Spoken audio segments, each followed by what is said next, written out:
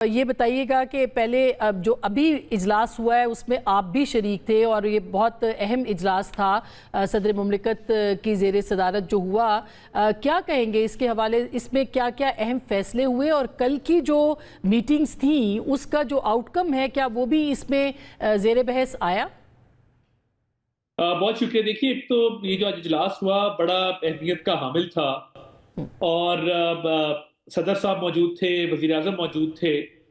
اور آج چاروں وزرائے اعلیٰ کی موجودگی جو تھی وہ بڑی مثبت رہی۔ اور میں خصوصی طور پہ وفاقی حکومت کی جانب سے بطور وفاقی حکومت کے ترجمان کے سہیل خان افریدی صاحب کا شکریہ ادا کرنا چاہتا ہوں کہ ایک تو وہ قومی مفاد کی خاطر تشریف لائے اور انہوں نے یہ تیل والی صورتحال پہ بڑی مثبت اپنی آراء دی، جہاں انہوں نے اپنے صوبے کی بات کی اور اپنے صوبے کے معاملات کی بات کی، وہیں پر اس مشکل ٹائم میں انہوں نے بہت ہی اچھے جذبات کا اظہار کیا، جس کو پوری میٹنگ کے شرکاء نے سراہا اور ان کا شکریہ ادا کیا۔ تو میں بطور ترجمان وفاقی حکومت میں ان کا شکریہ بھی کرنا چاہتا ہوں اور ان کے جذبات کو سراہنا بھی چاہتا ہوں کہ وہ اس موقع پر تشریف لائے اور انہوں نے اچھی انپٹ میٹنگ کے اندر دی۔ ایک تو یہ بات میں چاہتا تھا کہ آن ریکارڈ جو ہے وہ پلیس کی جائے۔ دیکھیے، پچھلے چند ہفتوں میں جہاں دنیا بھر میں تیل کی قلت بھی ہوئی ہے، تیل کی قیمتیں بھی بڑی ہیں اور لائنیں بھی لگی ہیں، دنگے بھی ہوئے ہیں، ایمرجنسیز بھی ڈکلیئر ہوئی ہیں، فلپائن سے لے کے انڈیا تک آپ جہاں جہاں دیکھیں وہاں پہ بہت برے حالات ہیں۔ الحمدللہ وزیر اعظم شہباز شریف صاحب نے بڑے بروقت فیصلے کیے، تمام وزارتوں کو جگائے رکھا، بچت کی، کفایت شعاری اپنائی اور تیل کے جو ایندھن کے کارگوز ہیں بر وقت آرڈر کیے۔ فجیرہ سے آرڈر کیا جو اسٹریٹ آف ہرمز کے باہر ہے، پھر یمبو سے سعودی عربیہ سے آرڈر کیا جو ریڈ سی کے تھرو آتا ہے، وہ بھی اسٹریٹ آف ہرمز سے باہر ہے۔ پھر جو نائب وزیر اعظم ہیں اور وزیر خارجہ ہیں صاحب دار صاحب، وہ متحرک رہے اور وزیر اعظم نے ان کو کہا کہ آپ ایران سے بھی بات کریں کہ وہ ہمارے جو بحری جہاز ہیں ان کو آنے دیں۔ وہ بھی الحمدللہ میں کامیابی ملی۔ تو پاکستان کے اندر قلت کوئی نہیں ہے کیونکہ حکومت نے بر وقت جو ہے یہ تمام جو ہے چیزیں ان کا نوٹس لیا اور وزیر اعظم ڈیلی جو ہے جائزہ اجلاس لیتے رہے۔ اب جہاں قیمتوں کا تعلق تھا، وفاقی حکومت نے پہلے ہفتے میں 24 ارب، پھر اس کے بعد تقریباً 57 ارب اور پھر ابھی دوبارہ تقریباً 50 ارب جو ہے وہ سبسڈی جو ہے وہ دی ہے اور وہ بچت کے ذریعے دی ہے۔ 100 ارب روپیہ اپنی پی ایس ڈی پی سے کاٹا ہے، تو کل تقریباً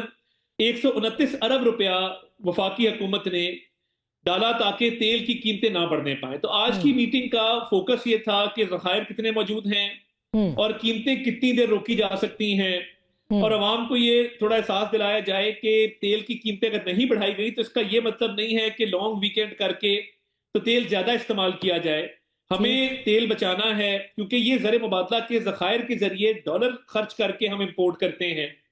تو تیل کی بچت بہت ضروری ہے، اس کی کھپت کو کم کرنا ہے، غیر ضروری سفر سے اجتناب کرنا ہے، کار پولنگ کرنی، یہ سارے معاملات عطا صاحب یہ عوام کو آپ بالکل صحیح کہہ رہے ہیں کہ لوگوں کو بتانے کی یہ ضرورت ہے کہ اصل میں تیل کی قیمتیں بہت اوپر جاری ہیں اور اگر جنگ نہ رکی مزید جائیں گی۔ کیا آپ یہ بتائیں گے کہ کب تک آپ روک سکتے ہیں؟ ابھی تک تو آپ سبسڈی دے رہے ہیں لیکن ظاہر ہے کہ جس حساب سے قیمتیں بڑھ رہی ہیں کب تک دیں گے آپ؟